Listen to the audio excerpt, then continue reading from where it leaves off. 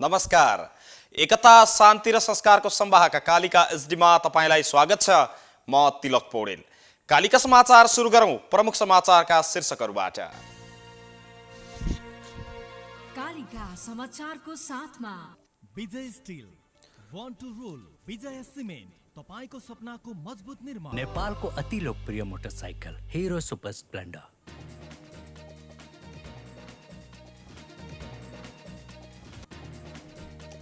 सर्वोच्च अदालतद्वारा सरकारका नाममा कारण देखाउ आदेश जारी।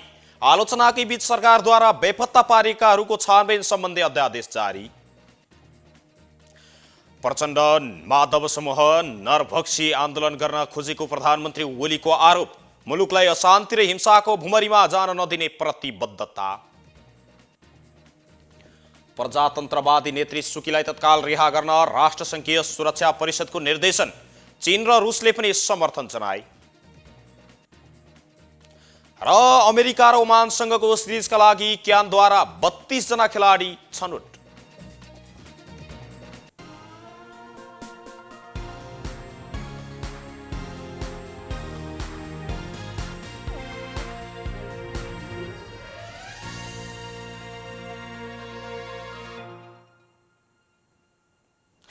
कालिका समाचार सुरु गरौं राष्ट्रिय समाचारबाट। सर्वोच्च अदालतले संवैधानिक निकायमा भएको नियुक्ति बारेमा कारण पेश गर्न सरकारका नाममा आदेश जारी गरेको छ।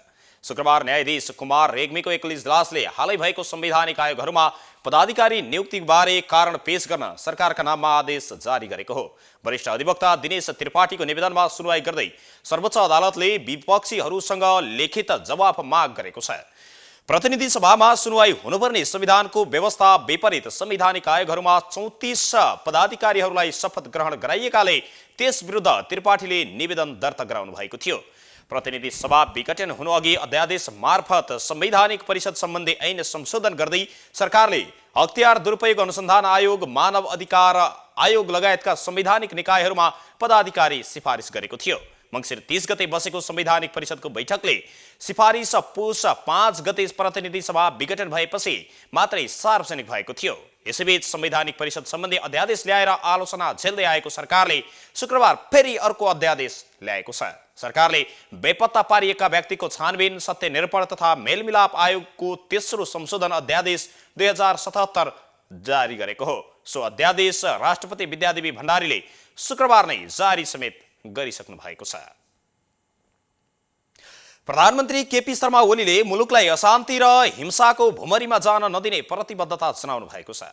शुक्रबार बागमती प्रदेश कमिटीले काठमाडौँको दरबार मार्ग स्थित नारायण हिटी दरबार अगाडि गरेको जनसभालाई सम्बोधन गर्दै प्रधानमन्त्री ओलीले नेपालमा फेरि पनि कसैले अशान्ति र हिंसा मचाउन नसक्ने दावी गर्नुभयो। उहाँले प्रचण्ड माधव समूहले नरभक्षी आन्दोलन गर्न खोजेको भन्दै आरोप लगाउनु भएको छ भने त्यस्तो नरभक्षी आन्दोलन सरकारले हुनै नदिने पनि उहाँको अडान छ। तथा कथित नेपाल बन्द गरेर श्रमजीवीका लागि काम गर्ने भन्नेहरूले तरकारी छरेर गाडी जलाएर क्रान्ति गर्न खोजेको भन्दै प्रधानमन्त्री ओलीले प्रचण्ड माधव समूहलाई व्यङ्ग्य समेत गर्नुभएको होइन। चुनाव चाहियो, अस्थिरता होइन, चुनाव चाहियो। सबैले सुन्यो होला, उहाँहरूको जस्तो हामी कसैलाई धम्की दिँदैनौँ। उहाँहरू धम्कीको भाषा बोल्नुहुन्छ, हामी धम्की दिँदैनौँ। हामी आग्रह गर्छौँ, हामी अनुरोध गर्छौँ, हामी विनम्रताका साथ अनुरोध गर्छौँ। हामी धम्की दिँदैनौँ। उहाँहरूले भन्नुभयो। यस्तै प्रधानमन्त्री ओलीले आफूलाई काम गर्न नदिएपछि ताजा जनादेशमा गएको दावी समेत गर्नु भएको छ। जनताले सरकारलाई 5 वर्ष काम गर्ने म्यान्डेट दिएको भए पनि प्रचण्ड माधव समूहले व्यवधान गरेकाले संसद विघटन गरी ताजा जनादेशमा गएको उहाँले स्पष्ट पार्नुभयो।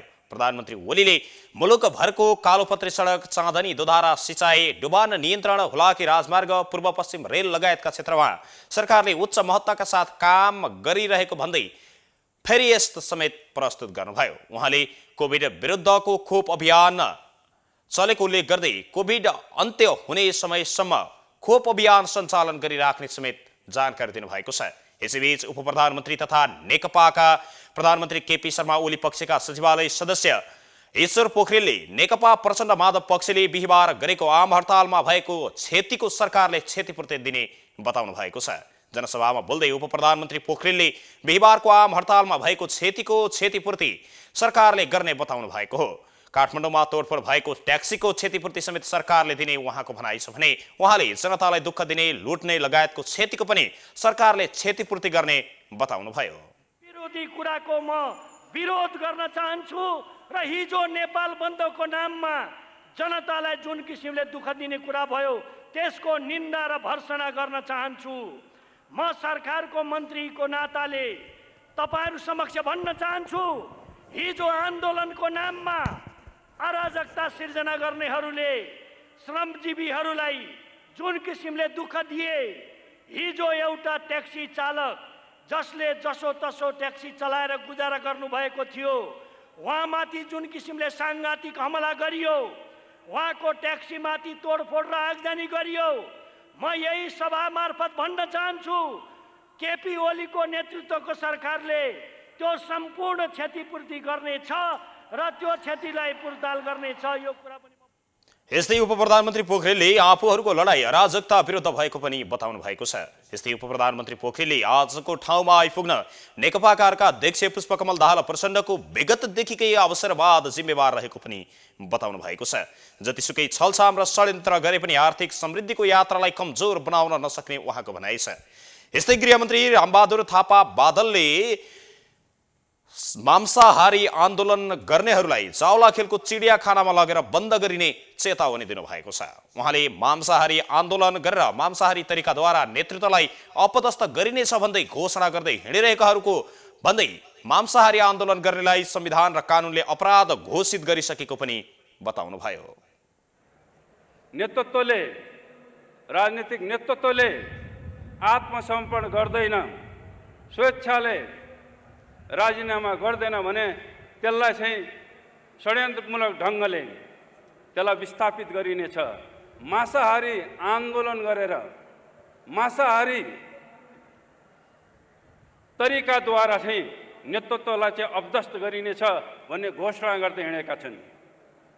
म यो ऐतिहासिक यस्तै केही समय पहिला अर्का अध्यक्ष प्रचण्डले नेकपाका युवाहरूलाई सम्बोधन गर्दै प्रतिगमन विरुद्धको आन्दोलनलाई सशक्त बनाउन मांसाहारी आन्दोलन आवश्यक रहेको बताउनु भएको थियो। गृहमन्त्री थापाले प्रतिगामी र अवसरवादी तत्त्वहरूले नेतृत्वलाई अपदस्थ गर्नका निम्ति सबै प्रकारको षड्यन्त्र र भ्रमहरूको सहारा लिँदै गइरहेको पनि बताउनु भएको छ।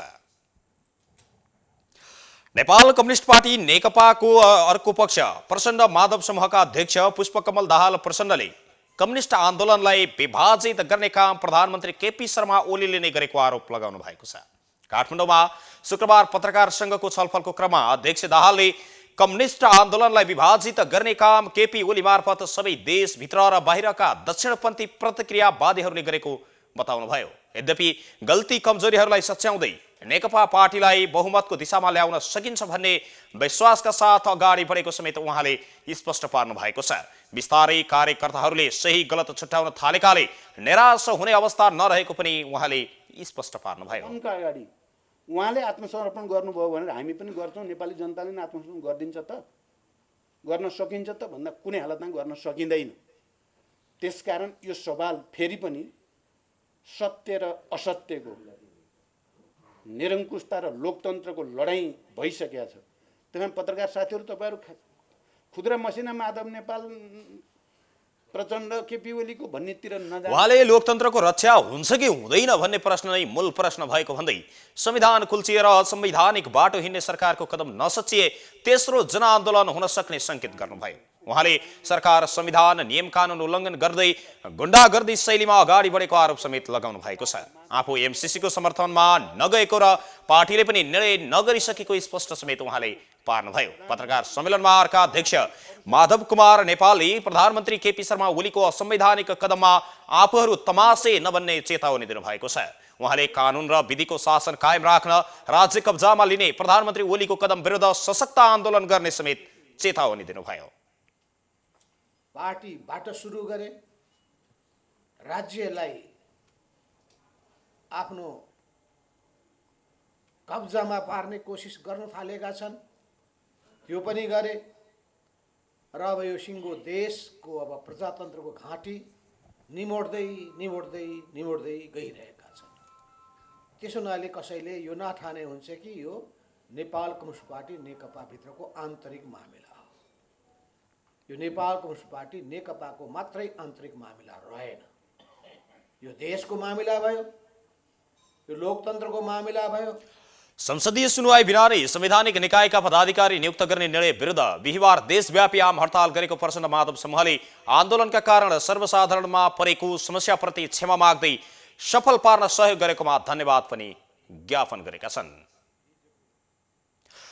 नेपाली कांग्रेसका वरिष्ठ नेता रामचन्द्र पौडेलले बहुमतको नेपाल कम्युनिस्ट पार्टी नेकपा नेतृत्वको सरकारले जनताले दिएको मतको रक्षा गर्न नसकेको बताउनु भएको छ।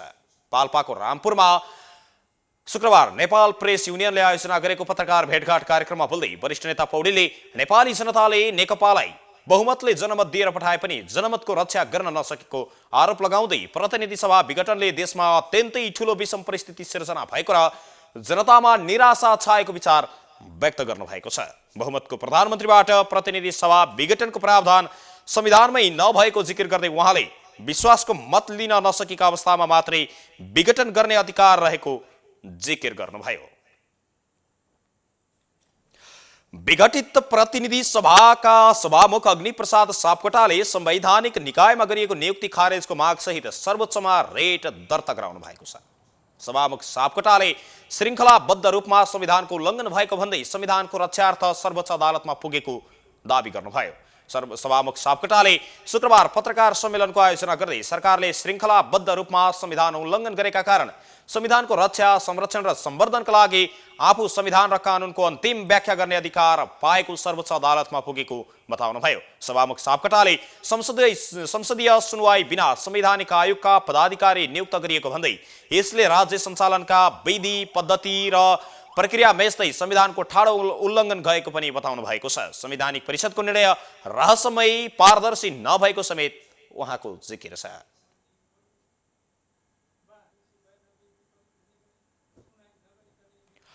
संचारकर्मी संघको जिज्ञासाको उत्तर दिँदै सभामुख सापकोटाले संसद बैठक बोलाउने विषयमा सबै पक्षसँग सल्लाह परामर्श गरिरहेको पनि जिकिर गर्नुभयो। आफूले जे गरे पनि राष्ट्रको हितमा केन्द्रित भएर गर्ने भन्दै उहाँले आफू विवेकको आधारमा सत्यको अन्वेषण गर्न लागेको जानकारी दिनुभएको छ। सभामुख सापकोटाले संवैधानिक आयोगहरूमा भएको नियुक्तिको विरुद्धमा शुक्रबार नै सर्वोच्च अदालत पुगेर रेट निवेदन दर्ता गराउनु भएको छ। सापकोटासँगै प्रतिनिधि सभाका सदस्य शशि श्रेष्ठ, रामकुमारी झाँक्री, अमृता थापा लगायतका नेताहरू पनि पुग्नु भएको थियो। सभामुखले दायर गरेको रेटमा राष्ट्रपति विद्यादेवी भण्डारी, प्रधानमन्त्री केपी शर्मा ओली, प्रधान न्यायाधीश चोलेन्द्र शमशेर जवरा, संवैधानिक परिषदको सदस्यको रूपमा त्यस्तै राष्ट्रिय सभाका अध्यक्ष गणेश प्रसाद तिमिलसेना र विभिन्न संवैधानिक निकायमा नियुक्त भएका 32 जना पदाधिकारीहरूलाई बेपक्षी बनाइएको छ। सभामुख सापकोटाले संवैधानिक परिषदको सिफारिसमा राष्ट्रपति विभिन्न निकायमा गरेको नियुक्ति गैर कानुनी भन्नुभएको छ। सभामुख सापकोटाले दायर गरेको रेट सर्वोच्च अदालतले शुक्रबार नै दर्ता समेत गरेको छ। सो रेटको पेशी भने सर्वोच्च अदालतले आइतबारलाई पेशी तोकेको छ। पेशीसँगै सुनवाई पनि आइतबारलाई नै निश्चित भएको हो। प्रतिनिधि सभा विघटनको विरोधमा नागरिक समूहले शुक्रबार पनि प्रदर्शन गरेको छ। शुक्रबार प्रतिगमन विरुद्ध बृहत नागरिक आन्दोलनले लैनचौरदेखि शीतल निवाससम्म प्रदर्शन गरेको हो। बृहत नागरिक आन्दोलनलाई सम्बोधन गर्दै राजनीतिक विश्लेषक श्याम श्रेष्ठले प्रधानमन्त्री ओलीले गरेको संसद विघटनलाई सदर गरिए आगामी कुनै संसदले पनि 5 वर्षको आयु देख्न नपाउने चेतावनी दिनुभयो। सबै संसद गुलेलीको शिकार हुने उहाँको भनाइ छ। संविधानलाई कार्यकारीले व्याख्या गर्ने र कार्यकारीको मातहतमा न्यायपालिका हुने उल्टो दिशामा देश जान लागेको समेत उहाँले बताउनुभयो। हुकुमी शासनलाई जरैबाट खतम पार्न नागरिकहरू सडकमा आएको श्रेष्ठको भनाइ छ। राजनीतिक विश्लेषक कृष्ण खनालले न्यायले संविधान उल्लङ्घनको साक्षी बसिरहेको समेत बताउनु भएको छ।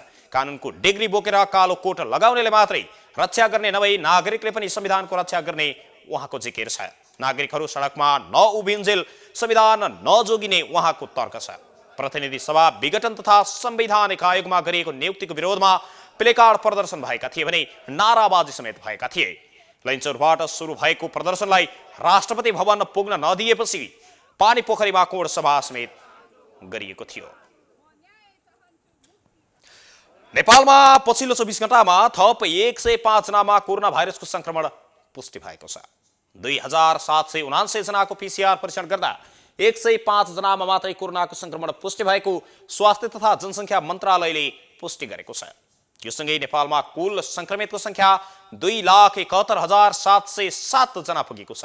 यस्तै पछिल्लो 24 घण्टामा थप 272 जना निको भएसँगै नेपालमा कोरोना संक्रमण मुक्त हुनेको संख्या पनि 2,67,564 जना पुगेको मन्त्रालयले पुष्टि गर्यो। यस्तै थप 2 जनाले शुक्रबार कोरोना संक्रमणकै कारण ज्यान गुमाएका छन्।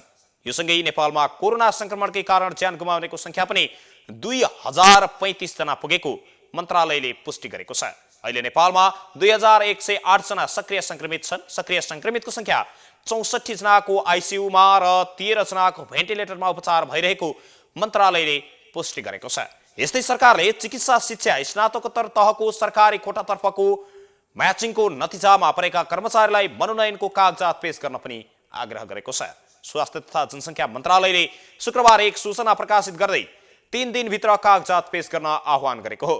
यस्तै मन्त्रालयले विश्व स्वास्थ्य संगठन अन्तर्गतको कोभ्याक्सबाट पाउने भनिएको कोरोना भाइरस विरुद्धको खोप फागुनको पहिलो सातादेखि आउने पनि जानकारी दिएको छ।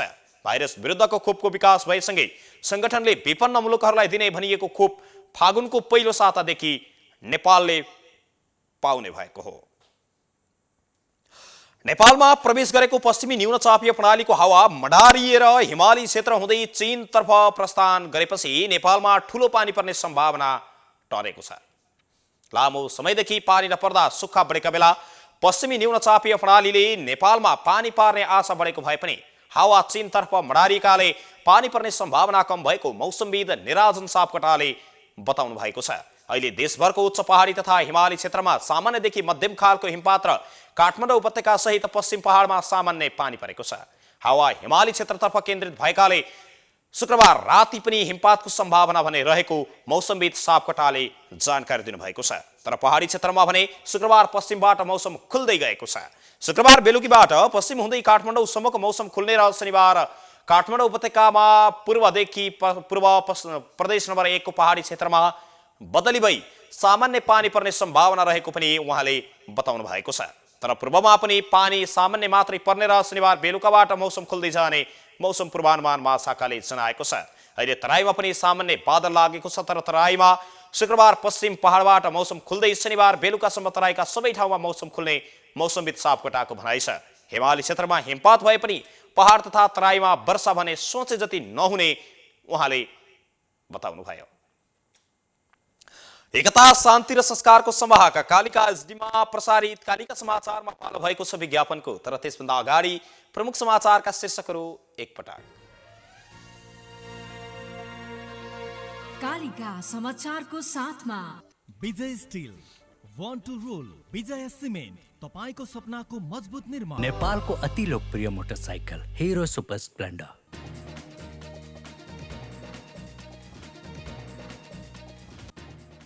सर्वोच्च अदालतद्वारा सरकारका नाममा कारण देखाउ आदेश जारी। आलोचनाकै बीच सरकारद्वारा फेरि पनि बेपत्ता पारिएकाहरूको छानबिन सम्बन्धी अध्यादेश जारी।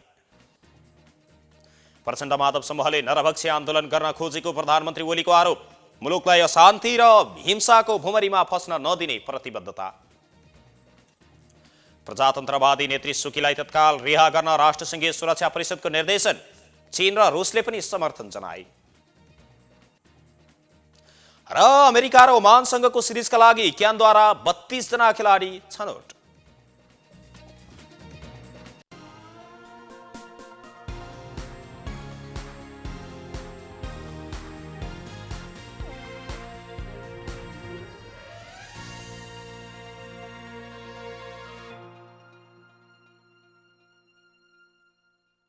पूर्ण स्वचालित मसिनमा उच्च स्तरीय ब्लेड प्रयोग गरी उत्पादन भएको नेपालको पहिलो टेगुम जर्मनी प्रविधिद्वारा उत्पादित विजय स्टिल सम्पूर्ण रूपमा ल्याब परीक्षणपछि उत्पादन हुने अत्यधिक भूकम्प प्रतिरोधक, वर्षौंसम्म टिक्ने, खिया प्रतिरोधक, उच्च शक्ति, उत्कृष्ट वजन अनि उच्च लचकता, अग्नि प्रतिरोधक, रिब्समा अतिरिक्त मोटाई, उच्च वेल्डिङ क्षमता अनि उच्च इलोङ्गेसन, एक नासको तौल, लम्बाई अनुपात। अब आफ्नो निर्माणलाई दिनुहोस् विजय स्टिलको शक्ति। Vijay Steel FE 500, FE 500D, Vijay Steel born to rule.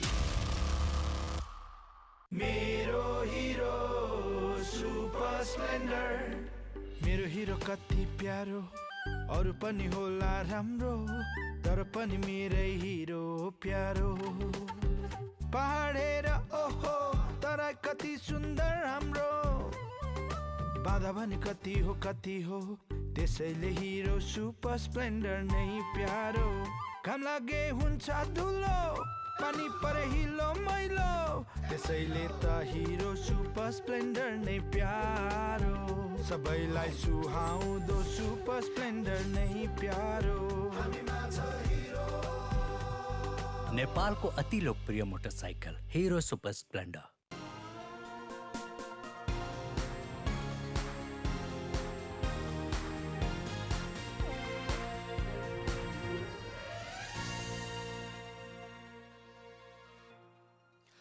विज्ञापनपछि Kalika समाचारमा पुनः स्वागत छ। अब स्थानीय समाचार। चितवनमा कुष्ठ रोगको प्रकोप दर न्यून हुँदै गएको छ।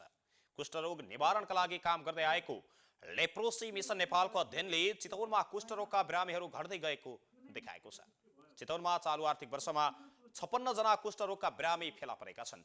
लेप्रोसीको अध्ययन प्रतिवेदनमा जनाएअनुसार चितवनमा आर्थिक वर्ष 2075-76 मा कुष्ठ रोगको प्रवृत्ति 0.95 रहेको छ।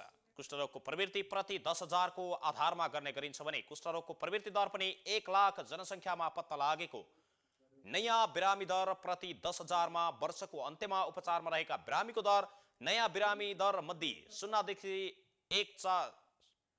देखि 14 वर्ष उमेर समूहका बिरामीको अनुपात नयाँ बिरामीहरू मध्ये असमर्थताको तह 2 भएको अनुपात महिला बिरामीको अनुपात र प्रति 10 लाख जनसङ्ख्याका नयाँ बिरामी मध्ये असमर्थताको 2 भएको अध्ययन गरिन्छ। लेप्रोसी मिसन नेपालका जिल्ला संयोजक सुशीला श्रीषका अनुसार चितवनमा कुष्ठ रोग निवारणको चरणमा छ। चितवन जिल्लामा भरतपुर महानगरमा सबैभन्दा धेरै कुष्ठरोगका बिरामीहरू रहेका छन्। भरतपुरमा मात्रै 29 जना कुष्ठरोगका बिरामी भएको जनाइएको छ। चितवनमा कुल 116 जना कुष्ठरोगका सक्रिय बिरामीहरू रहेका छन्। कालिका समाचारमा अब अर्थ समाचार। नेपाल डेरी एसोसिएसनले कृषिमा विदेशी लगानीको विरोध गरेको छ। एसोसिएसनले पत्रकार सम्मेलन गर्दै सरकारले कृषिमा विदेशी लगानी गर्ने नीति संशोधन गरी फिर्ता नगरेसम्म यसले सशक्त कार्यक्रमहरू अगाडि ल्याउने चेतावनी दिएको थियो। कार्यक्रममा एसोसिएसनका केन्द्रीय अध्यक्ष राधाकृष्ण सापकोटाले विगत पौष 20 गतेको राजपत्रमा प्रकाशित सूचना आएको दिनदेखि हरेक दिन एसोसिएसन परिवार यसको विरोधमा लागि परिरहेको बताउनु भएको छ। यस्तै एसोसिएसनका महासचिव प्रहलाद दाहालले विदेशी लगानी गर्ने नीति संशोधन गरी फिर्ता सरकारले नगरेसम्म आफूहरूले सशक्त आन्दोलनका कार्यक्रमहरू अगाडि ल्याउने पनि बताउनु भएको छ। त्यसैगरी एसोसिएसनका निवर्तमान अध्यक्ष सुमित केडियाले विदेशी लगानी ल्याउने सरकारको र केही व्यक्तिको विशेष चलखेल रहेको र यसमा केही सीमित मात्राका मान्छेहरूलाई मात्रै फाइदा हुने बताउनु भएको छ। कालिका समाचारमा अब अन्तर्राष्ट्रिय समाचार। संयुक्त राष्ट्रसङ्घीय सुरक्षा परिषदले प्रजातन्त्रवादी नेत्री आङ सान सुकी र गिरफ्तार गरिएका सबैलाई तत्काल रिहा गर्न म्यानमारको सेनालाई निर्देशन दिएको छ। राष्ट्रसङ्घद्वारा जारी विज्ञप्ति अनुसार सबै सदस्य राष्ट्रहरू म्यानमारमा घोषणा गरिएको सङ्कटकाल र सुकी लगायतका नेताहरूलाई गरिएको गिरफ्तारीप्रति गहिरो चासो र चिन्ता व्यक्त गरेका छन्। यसपटक सुकीका पक्षमा चीन र रुसले पनि वक्तव्य दिन सहमति जनाएका छन्, जुन विरलै हुने घटना मानिन्छ। मंगलबार नै बसेको सुरक्षा परिषदको बैठकपछि सैनिक कूप विरुद्ध वक्तव्य निकाल्न खोज्दा चीनले नमान्दा रोकिएको थियो। सुरक्षा परिषदका सदस्यहरूले म्यानमारको प्रजातान्त्रिक प्रक्रियाको निरन्तरतामा जोड दिँदै प्रजातान्त्रिक संस्था र प्रक्रियाहरू पालना गर्न, हिंसा हुन नदिन, मानवाधिकारको पूर्ण रूपमा सम्मान गर्न, स्वतन्त्रता र कानुनी शासन बहाल गर्न भनेका छन्। म्यानमारका नागरिक समाज, पत्रकार र मिडियाकर्मीहरूमाथि लगाइएका प्रतिबन्धहरूप्रति पनि सदस्य राष्ट्रहरूले चिन्ता व्यक्त गरेको अध्यक्ष बारबरा बडवार्डले निकालेको विज्ञप्तिमा उल्लेख छ। उनीहरूले दक्षिण पूर्वी एसियाली राष्ट्रहरूको संगठन आसियान र त्यसका अध्यक्षले फेब्रुअरी 1 मा निकालेको वक्तव्यलाई पनि स्वागत गरेका छन्।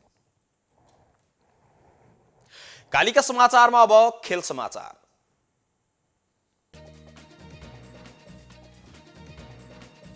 नेपाल क्रिकेट संघ क्यानले अमेरिका र ओमान सिरिजका लागि 32 जना खेलाडी छनौट गरेको छ।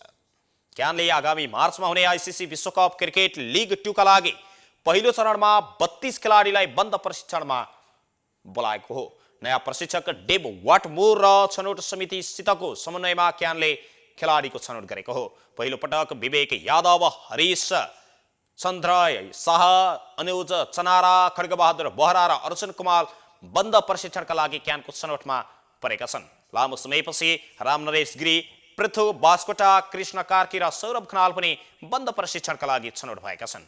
ओमानसँग नेपालले एक दिवसीय त्रिकोणात्मक सिरिज खेल्ने भएको छ। क्यानले हालै सम्पन्न प्रधानमन्त्री कप राष्ट्रिय एक दिवसीय क्रिकेट प्रतियोगितामा गरेको प्रदर्शनलाई आधार मानेर प्रशिक्षणका लागि बोलाएको छ। नेपालले आगामी चैत 6 गतेदेखि 15 गतेसम्म ओमानमा त्रिकोणात्मक एक दिवसीय सिरिज खेल्ने भएको छ। सो सिरिजमा नेपालले ओमान र अमेरिकासँग प्रतिस्पर्धा गर्दैछ। एकता, शान्ति र संस्कारको संवाहका कालिका एसडीमा अहिले प्रसारित कालिका समाचारको अन्त्यमा प्रमुख समाचारका शीर्षकहरू पुनः एकपटक। कालिका समाचारको साथमा Vijay Steel, want to roll, Vijay Cement, तपाईको सपनाको मजबुत निर्माण। नेपालको अति लोकप्रिय motorcycle Hero Super Splendor.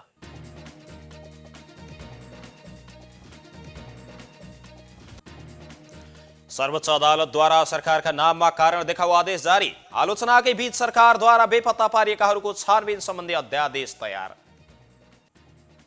Prachanda Madhav समूहले नरभक्षी आन्दोलन गर्न खोजेको प्रधानमन्त्री ओलीको आरोप। मुलुकलाई अशान्ति र अहिंसाको भुमरीमा जानै नदिने प्रतिबद्धता। प्रजातन्त्रवादी नेत्री सुकीलाई तत्काल रिहा गर्न राष्ट्रसङ्घीय सुरक्षा परिषदको निर्देशन। चीन र रुसले पनि समर्थन जनाए। र अमेरिका र ओमानसँगको सिरिजका लागि क्यानद्वारा 32 खेलाडीको छनौट।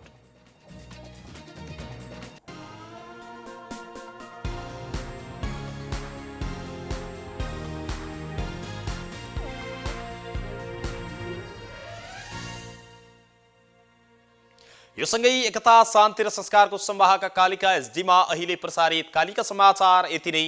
हेर्दै गर्नुहोला कालिका एसडी। म तिलक पौडेल बिदा हुन्छु। नमस्कार।